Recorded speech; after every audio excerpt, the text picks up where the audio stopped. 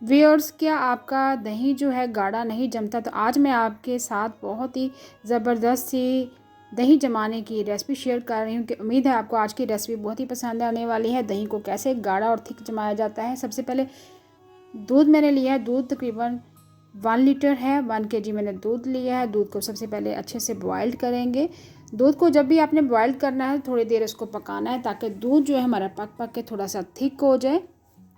दूध को अच्छे से बॉईल कर लिया है, उसके बाद आपने इसको ठंडा करना है। जैसे आपका जो दूध है वह थोड़ा सा ठंडा होना शुरू हो जाए, फिर आपने इसको, जब इसका टेम्परेचर थोड़ा सा डाउन होना शुरू हो जाए, फिर आपने अच्छी तरह इसको फेंटना। जितना ज़्यादा आप इसको फेंटेंगे, अच्छी तरह से उछालेंगे और फेंटते जाएंगे, जितनी ज़्यादा झाग बनेगी दूध के अंदर उतना ही ज़्यादा मलाई जो है वो थिक बनेगी, मलाई बहुत ही ज़बरदस्त आएगी। ये देखिए, अच्छे से आपने फेंट लेना है इस तरह उछालते उछालते। जितना ज़्यादा आप फेंटेंगे, झाग बनेगी, उतनी ज़बरदस्त सी मलाई आएगी और आपका जो दही है वो भी थिक जमेगा, यानी गाढ़ा जमेगा, मोटी मलाई वाला। दूध को अच्छे से हमने फेंट लिया है, झाग भी तैयार है। अब चले दही जमाते हैं।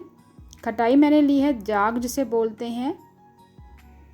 अच्छे से मिक्स कर लेना है खटाई को आपने, जाग को, और इस तरह आपने 2 टीस्पून लगा देना है और ज़्यादा आपने मिक्स नहीं करना, बस साइडों पे थोड़ा थोड़ा दही लगा देना है, ऐड कर देना है। उसके बाद आपने कवर कर देना है। ऊपर आप चाहें तो कोई मोटा कपड़ा रख सकते हैं, अगर आप सर्दियाँ हैं तो।